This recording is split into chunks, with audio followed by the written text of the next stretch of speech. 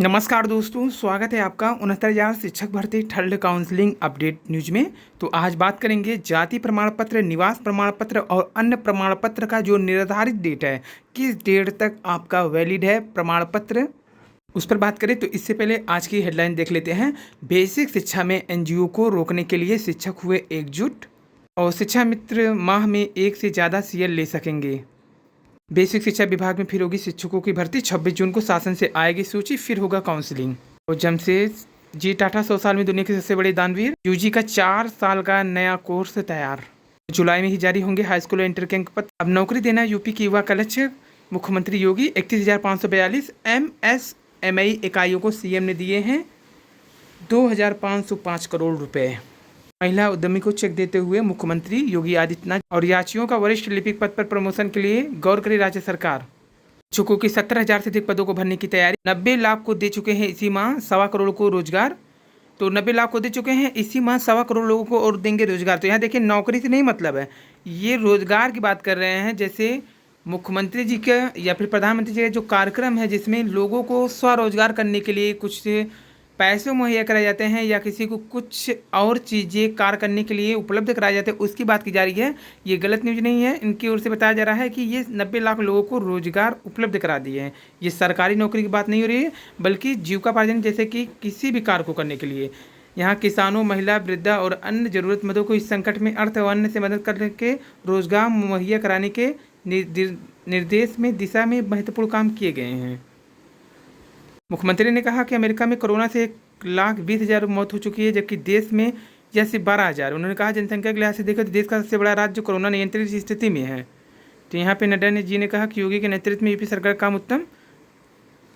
Basic शिक्षा और शिक्षकों के 17,000 से अधिक पदों को भरने की तैयारी में है। सचिव बेसिक शिक्षा परिषद ने अप्रैल 2017 से अब तक चयनित अभ्यर्थियों की जानकारी मांगी है। 26 जून को 69,000 शिक्षक भर्ती के खाली पदों को भरने के लिए कार्यक्रम जारी होगा। यूपी सीटी 6 जुलाई तक कर सकेंगे आवेदन। तो इंजीनियरिंग के लिए है ये। और प्रदेश सरकार की ओर से बेसिक शिक्षा विभाग में नए शिक्षक भर्ती की तैयारी शुरू हो चुकी है। सचिव बेसिक शिक्षा परिषद की ओर से प्रदेश के सभी बेसिक शिक्षा अधिकारियों से अप्रैल 2017 से अब तक चयनित शिक्षक पदों के बारे में जानकारी मांगी गई है। सरकार की ओर से यह जानकारी खाली पदों का विवरण जुटाने के उद्देश्य से मांगी गई है। बेसिक शिक्षा विभाग के सूत्रों की माने तो इस समय कुल मिलाकर करीब 17,000 से अधिक पदों पर शिक्षक भर्ती की तैयारी है। बेसिक शिक्षा विभाग की ओर से इससे पहले कोर्ट को बताया गया था कि परिषदीय विद्यालय में लगभग 51,000 पद खाली हैं। लगभग 22,000 से अधिक पद 68,500 शिक्षक भर्ती से खाली पड़े हैं। कोर्ट के आदेश के बाद 68,500 शिक्षक भर्ती में कुछ पद भरे गए थे, लेकिन अभी करीब 17,000 से अधिक पदों पर नियुक्ति की जानी है।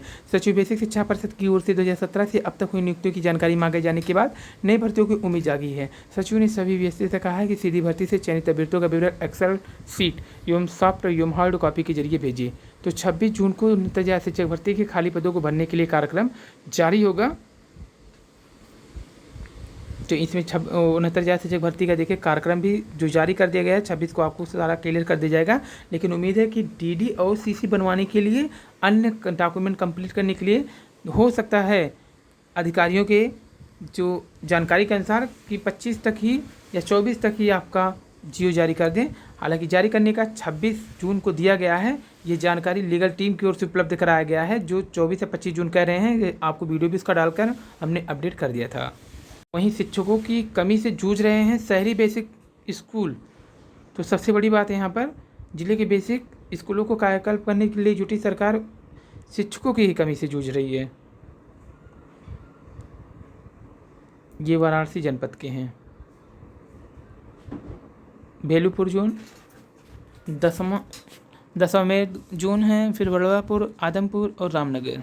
तो थर्ड काउंसलिंग पर कोई प्रभाव नहीं है। सभी परेशान न हो कि किसी कारणवश कुछ होगा। यहाँ पर सभी स्पष्ट रूप से 26 जून को जो कार्यक्रम जिस हिसाब से है उसी हिसाब से होगा। हालांकि जियो के लिए 1-2 दिन पहले का समय दिया जा सकता है, जारी हो सकता है, ताकि आप तैयारी भी कर लें। लेकिन फिलहाल अपने डीडी और सीसी, इसके अलावा जो भी डॉक्यूमेंट है कंप्लीट कर लीजिए, बनवा लीजिए। तो बात कर लेते हैं जाति प्रमाण पत्र का। तो जाति प्रमाण पत्र वाला जो मैटर है, देखिए यहाँ पे बताया गया था कि अंतिम चयन सूची में सम्मिलित अभ्यर्थियों के शैक्षिक व अन्य अभिलेखों की जाँच जो होगी, वो सेकंड काउंसलिंग की बात थी, उसमें यही नोटिस जारी किया गया था इस विवाद को दूर करने के लिए कि जाति प्रमाण पत्र किस तिथि का मान होगा। तो इसमें हुआ क्या था कि जो फर्स्ट काउंसलिंग करवाए थे उन लोगों ने क्या किया था कि अपने जाति प्रमाण पत्र 20 लास्ट का लगा दिया था, मतलब अक्टूबर में उनकी काउंसलिंग थी तो अगस्त का बना हुआ लगा दिया था, जो कि गलत था, जिसके कारण उन लोगों को रोक दिया गया था। बाद में इसी त्रुटियों को दूर करने के लिए बाकायदा शासनादेश अपर सचिव द्वारा जारी किया गया था, जिसमें बताया गया था कि ऑफलाइन आवेदन करने हेतु जो निर्धारित दिनांक 28/5/2020 को आपके काउंसलिंग का प्रपत्र जारी किया गया था। जब आप काउंसलिंग किए थे तो उस समय जो अभ्यर्थियों द्वारा भरे गए ऑफलाइन आवेदन पत्र एवं समस्त शैक्षिक व अन्य सुसंगत अभिलेख जैसे जाति, दिव्यांगता, निवास प्रमाण पत्र या पहचान पत्र, भूतपूर्व सैनिक प्रमाण पत्र या स्वतंत्रता संग्राम सेनानी आश्रित प्रमाण पत्र के साथ उपस्थित होंगे। तो यहाँ स्पष्ट है कि यही डेट आप लोगों को भी फॉलो करना होगा। 28/5/2020 का समस्त प्रमाण पत्र आप लोगों का बना रहना चाहिए। इसके बाद का कोई भी प्रमाण पत्र मान्य नहीं होगा, क्योंकि जो इसके बाद का शासनादेश जारी हुआ था उसमें स्पष्ट रूप से उल्लेख था कि ऐसे अभ्यर्थियों को किसी कीमत पर कोई राहत नहीं दी जाएगी जिनके प्रमाण पत्र 28/5/2020 के फार्म या फिर काउंसलिंग या ऑफलाइन आवेदन के बाद भरे गए हैं। तो मान लीजिए आपके पास जाति प्रमाण पत्र जो है अगर 2004 का है, 2005 का है, 13 का है, यानी कि जब नेट पे नहीं चढ़ते थे उस समय का है, तो भी दिक्कत नहीं है। आप उस बिना नेट पे चढ़े हुए ही जो प्रमाण पत्र है उसको ले लीजिए, प्लस जो बाद के बने होंगे, मान लीजिए इस डेट के बाद के बने होंगे तो भी आप ये दोनों को अटैच करके लगा सकते हैं। आपके पास पुराना प्रमाण पत्र रहना आवश्यक है। अगर पुराना प्रमाण पत्र नहीं है और इस डेट के बाद का बना है तो आपके लिए दिक्कत होगा।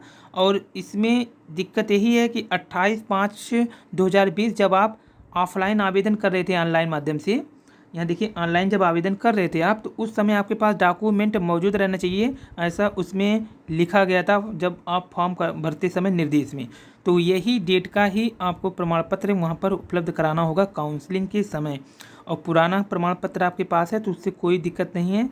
आपको उस प्रमाण पत्र को एक नए प्रमाण पत्र को दोनों साथ लगा देंगे, आपको किसी प्रकार का दिक्कत नहीं होगा।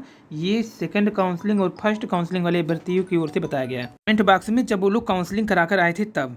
और महिला का जहाँ तक बात है तो महिला को अपने पिता की ओर से ही जाति प्रमाण पत्र लगाना है। उन्हें पति की ओर से किसी भी जाति प्रमाण पत्र ना तो मान्य होगा और न उनकी काउंसलिंग के लिए वैलिड किया गया है। तो इसलिए विवाहित महिला चाहे पुराना ही प्रमाण पत्र क्यों ना हो, पिता के ओर से ही बना रहना चाहिए। क्योंकि इससे पहले भी बता चुके हैं कि जो महिला विवाहित हो जाती हैं वो पति की ओर से नहीं लगा सकती, क्योंकि सुप्रीम कोर्ट और हाई कोर्ट के निर्देश के अनुसार, क्योंकि महिला ने अगर जनरल होते हुए किसी ओबीसी पुरुष से विवाह किया है तो उसके जाति को नहीं बदला जा सकता। इसीलिए पिता से ही आपकी जाति सिद्ध होगी, इसलिए पिता के पक्ष की ओर से ही आपको जाति प्रमाण पत्र लगाना होगा।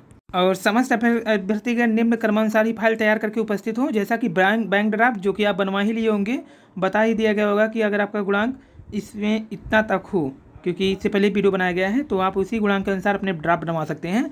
शपथ पत्र 100 रुपये का 1/10 का रहेगा। आवेदन पत्र, विकल्प पत्र जैसे सहायक भर्ती, इसके अलावा विकल्प पत्र जैसे सहायक अध्यापक भर्ती का रिजल्ट जो है वो वाला, और आवेदन पत्र सहायक अध्यापक भर्ती का फीस रसीद अगर नहीं है आपके पास तो जो आवेदन किए थे इसके बाद आपका ये देखिए आपका स्टेटस है फ्रॉम बैंक का, तो यहीं पर लिखा गया है ट्रांजैक्शन आईडी। अगर आपके पास ये आईडी नहीं है तो कोई दिक्कत नहीं, यहाँ से आप निकाल सकते हैं स्टेटस फ्रॉम बैंक से। फीस रसीद अगर नहीं होगा तो आपकी स्टेटस इस पर दिया है, आप वही ट्रांजैक्शन आईडी ही लिख सकते हैं। पहचान पत्र आपका रहना चाहिए, आधार कार्ड या जो भी लगाए होंगे आप उसमें आईडी में, वोटर आईडी कार्ड। फिर हाई स्कूल अंक एवं प्रमाण पत्र रहने चाहिए, इंटर अंक एवं प्रमाण पत्र रहने चाहिए, इंटरमीडिएट के अंक पत्र एवं प्रमाण पत्र रहने चाहिए, स्नातक अंक पत्र एवं प्रमाण पत्र डिग्री सहित रहने चाहिए, टेट सीटेट के प्रमाण पत्र रहने चाहिए।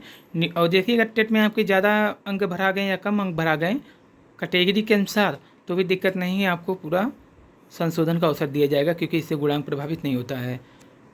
क्योंकि कुछ लोगों के टेट में ज़्यादा भरा गए थे तो उन्हें बाहर नहीं किया जाएगा बल्कि संशोधन का अवसर दिया जाएगा। आप एफिडेविट बनवा लीजिएगा। निवास प्रमाण पत्र यदि महिला है तो पिता पक्ष का ही लगना चाहिए, जैसा कि यहाँ उल्लेख किया गया है। और विशेष प्रमाण पत्र PH 5, 6, 7। इसके अलावा चरित्र प्रमाण पत्र, मान लीजिए अगर निवास प्रमाण पत्र पुराना है तो भी लगा सकते हैं, पिता पक्ष का ही रहना चाहिए। विशेष प्रमाण पत्र, अब यहाँ पे देखिए निवास संबंधित समस्या क्या है कि अगर आप दिल्ली की हैं और उत्तर प्रदेश में विवाह किए हैं तो आपको उत्तर प्रदेश के निवासी का लाभ नहीं दिया जा सकता है। इसीलिए जो प्रमाण पत्र है वो पिता पक्ष का ही होना चाहिए, जिससे ये निर्धारित हो सके आपका जो जन्मजात निवास कहाँ से है। तो इसलिए यहाँ पर देखिए स्पष्ट रूप से उल्लेख है कि निवास प्रमाण पत्र पिता पक्ष का ही होना चाहिए। जाति प्रमाण पत्र पिता पक्ष का होना चाहिए, ये महिलाओं के लिए है।